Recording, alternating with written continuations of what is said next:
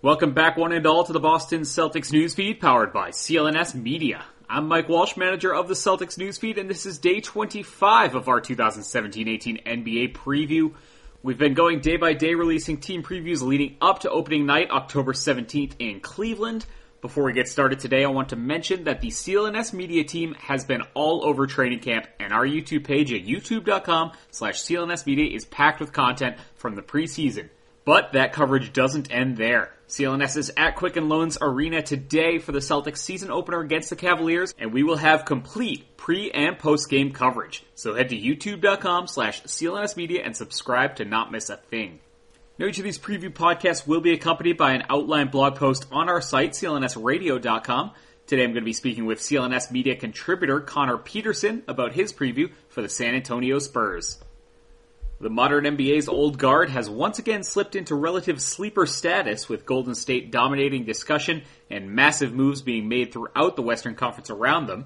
So without further ado, let's get into day 25 of the Boston Celtics Newsfeed's 2017-18 NBA season preview with Connor Peterson and the San Antonio Spurs. Alright guys, we're back in with day 25 of the Boston Celtics Newsfeed season preview. We're talking the San Antonio Spurs today.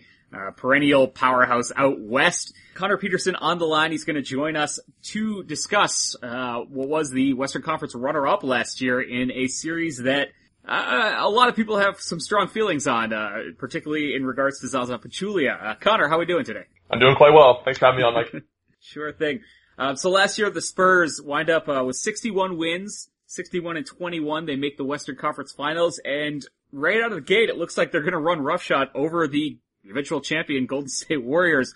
Obviously that closeout by Zaza Pachulia changes that series entirely. What was your feelings on, just that sort of turn of events? Yeah, so obviously that was frustrating for me as someone that was obviously not thrilled with the super team that the Warriors had last year. And so when the Spurs got out to that great start, I think I can agree with everybody here that I was extremely shocked, but I was excited. I thought we were going to see a real battle back and forth in that series, pretty much all the way, hopefully to game 6 or 7. And then the closeout from Zaza, who I just hate as a player. And I resented him already before, and I continue to resent him immensely after that. And obviously, it changed the whole dynamic of the series. I think the Spurs were up by like 25 or right around there at the time, of the injury. And that was in the third quarter, and the Warriors still came back. So it shows how important Kawhi is to that team. And so that was obviously incredibly frustrating, but, it says a lot in the Spurs sense, and maybe they would have lost that game anyways. I highly doubt it.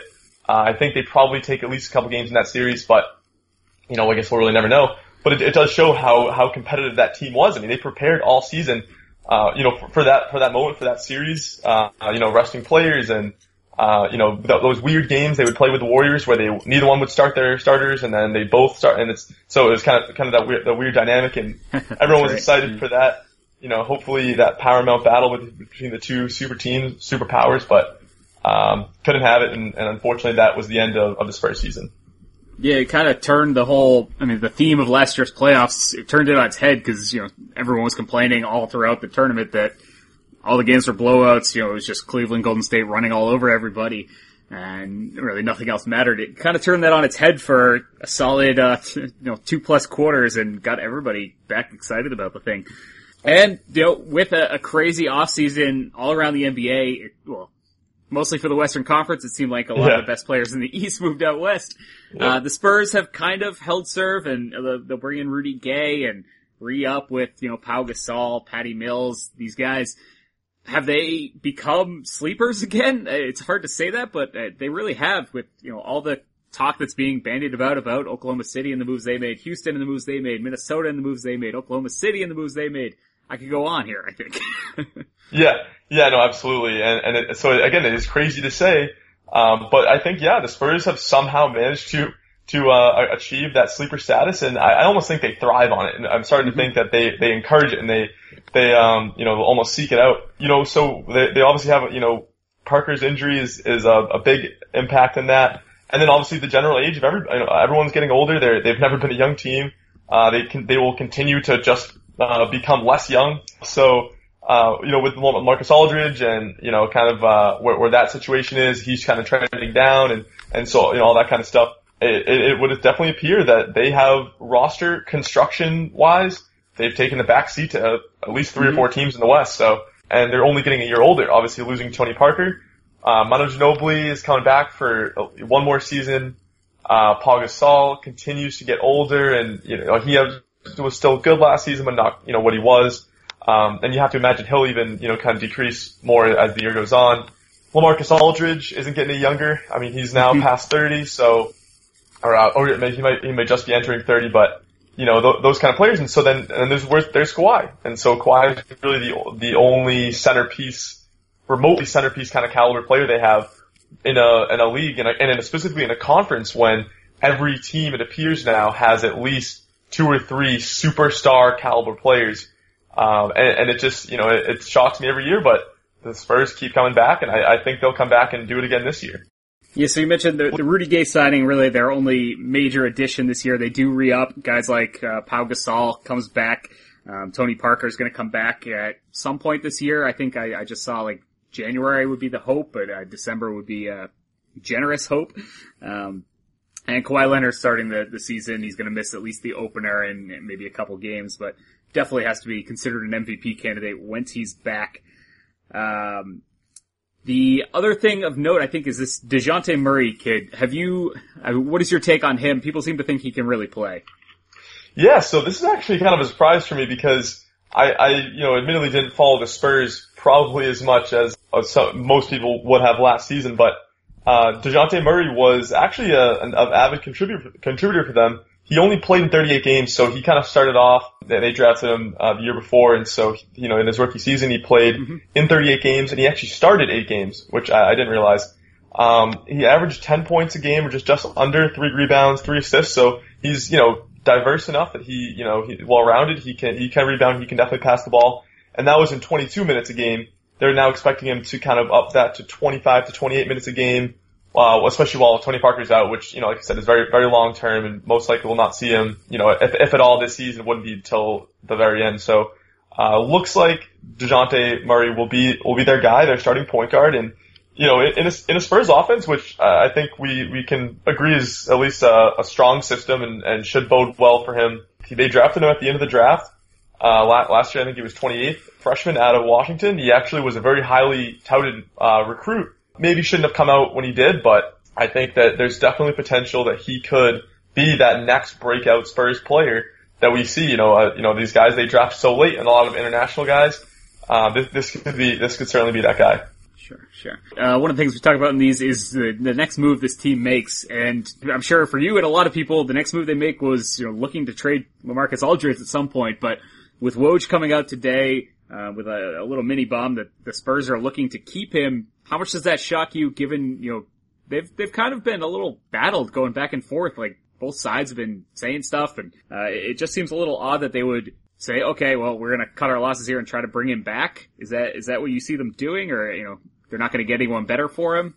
I think the bottom line is the latter. I think that they realize that where he's at right now and where he's really trending downward, right. They don't really see another guy they could get, especially in this new era of the max contract exceeding $30 million a year. They have him for 21 or 22, and they extend his option for 2018, and then they, kind of build on that for the future. If they could get him on a cheaper deal, which is what I'm assuming is the case. I mean, they're not going to pay 25+ million. I guess you never know, but that would be my guess, is that they're looking for him as more of a financially stable option. Yeah. And then, my guess would go to go further than that, is that they're looking for him as more of their 3, out of the big 3, they're looking for him as kind of that 3 guy, Kawhi obviously at the 1, and then they're gonna look for somebody in the middle. Obviously my guess, and I think a lot of people's guess as well, was that they were trending towards parting ways with him in some form or another. I don't think they'd go as far as a buyout. I think that's a little bit aggressive, but, they look to recruit some young assets. I know the Spurs aren't a rebuilding team, and they will never really be a rebuilding team, but maybe kind of take a step back in a year where the Thunder got so much better adding Paul George and Melo, and, obviously the Rockets get Chris Paul, and so every team's getting drastically better while they're kind of staying the same, and obviously still weren't able to win a game against Golden State. With Kawhi's health, it changes, but I think that they kind of know, I would guess they would know where they stand, as far as their relativity to other Western Conference powers. Yeah, it's certainly a franchise that doesn't make any sort of moves off the seat of their pants. They think these things through, and the Spurs are just looking over their finances, really heavily capped out right now.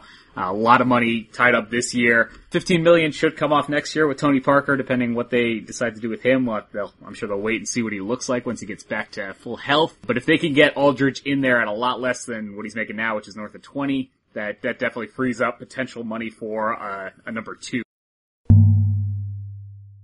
Want to let you know that today's episode is being sponsored by Greats, makers of the all-time Greats, classic, stylish, and comfortable sneakers sold at a great price. Greats is Brooklyn's first sneaker company. They have a wide selection of both men's and women's shoes, versatile styles suitable for any occasion. I know this. I have the all-leather Royale lace-ups, white on white, and I've worn them to a variety of occasions. Everything from golf to the office to a wedding. They're super comfortable and they look great with any outfit. You can check those out along with their other great styles at greats.com. And we've got a special deal for our audience. Save 15% on your first order with offer code Celtics Roundtable. Go to greats.com, that's GREATS.com, and be sure to enter Celtics Roundtable to save 15% at checkout. Greats also believes so much in their shoes, they're offering a no-risk return and exchange policy to guarantee that you get the right fit and style you love. That's greats.com, and use our code Celtics Roundtable to save 15%. Alright, the Celtics will play the Spurs, so we can get into this. They're playing them twice this year on Monday, October 30th in Boston, so you don't have to wait very long if you want to see the Spurs, just a couple weeks into the season. And then Friday, December 8th, they'll be out in San Antonio. That one's going to be on ESPN, nationally televised. What do you see in this matchup specifically? Obviously only 2 games, but, hey, there's some amount of chance that these two teams would meet up in a potential finals.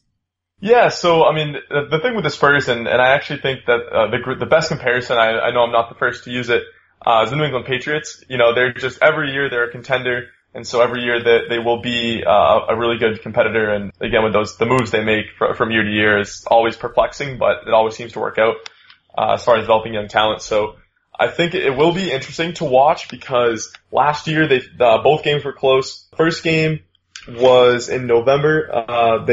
So obviously relatively early in the season, but this, it was within 10 points, the Spurs won that game. They played them again a month later, and they won 108-101. So, both games really went down to the wire, at the end of the day, and if you look at team stats comparatively, you would expect the Celtics, as they were last year, not a great rebounding team, to be drastically rebounded. They weren't. They actually had same amount of rebounds almost in both games. The real telling factor though, cause, assists were pretty close and points in the paint even weren't, the Celtics actually had an advantage in points in the paint last year. It was defense. And so the Spurs were an excellent defensive team last year. They allowed the second fewest points in the NBA, right around, I think it was 98 points. Celtics scored 101, but they shot 32% from 3 and 44% from the field, as opposed to San Antonio, who shot 36% from 3 and 55% from the field. So, it really came down to, strictly just making shots, and the Spurs, even with the second game, they were missing Aldridge,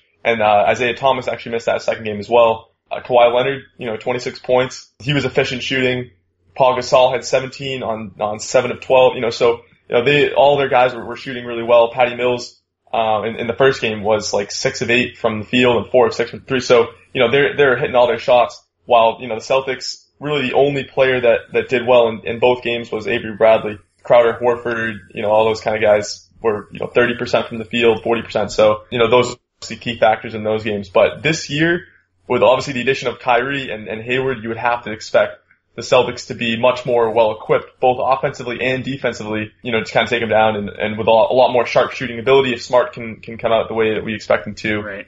I think that'll be a huge factor. All right. So, give me your prediction here on what they do in the Western Conference. Do you see them getting to a potential 2 seed, or are they going to fall a little bit behind the Rockets or OKC or what have you? So the real one advantage that the Spurs have, and besides the fact they have Greg Popovich, who I hold to be, if not the best coach in the NBA, very, very close. And so that's obviously, a significant advantage for them. What it really is they've, they're maintained their whole roster pretty much. The only real addition, like I said, was Rudy Gay, and obviously losing Tony Parker, at least for a significant portion of time, will hurt. But, they have kind of DeJounte Murray there to replace. So they have maybe 2 guys that they have to really insert, or at least that are changing their roles in the organization.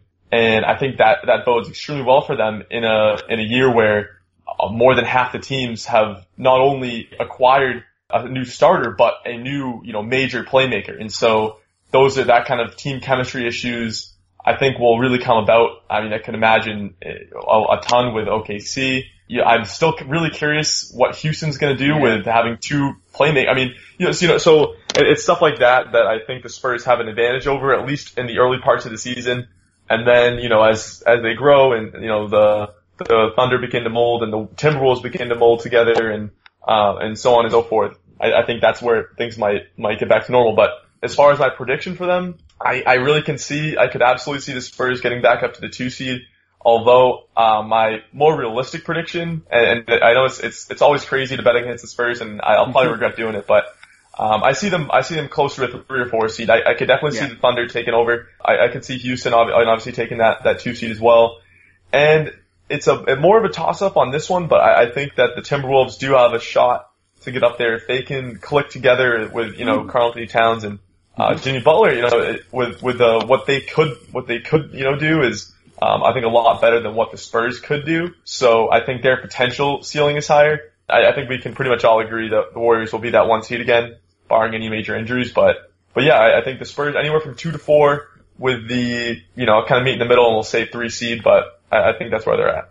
All right, he's Connor Peterson. You can hear him this coming season on the Celtics Newsfeed with us on CLNS Media. Follow him on Twitter at @CPeterson_15, at @CPeterson_15. Thanks, Connor. Any last second thoughts? No, I think I can't wait to get the season started, and this should be some interesting matchups. I actually think the Spurs and the Celtics will be very, very close competitors this year, and I kind of see them pretty much right on par, so it'll be very interesting to watch. Cool. Thanks, man. Yep. Thank you, everyone, for tuning in to Day 25 of the Boston Celtics Newsfeed's 2017-18 NBA preview. Again, you can get more analysis on the CLNSradio.com site and view any of our previous episodes at youtube.com/CLNS Media. Follow CLNS on Twitter at CLNS Media and myself at CLNS_Walsh. Be sure to subscribe to the Celtics Newsfeed, rate and review us on iTunes, Stitcher, and of course, the CLNS Media Network's mobile podcast app. Until next time, this is Newsfeed Manager Mike Walsh, signing off.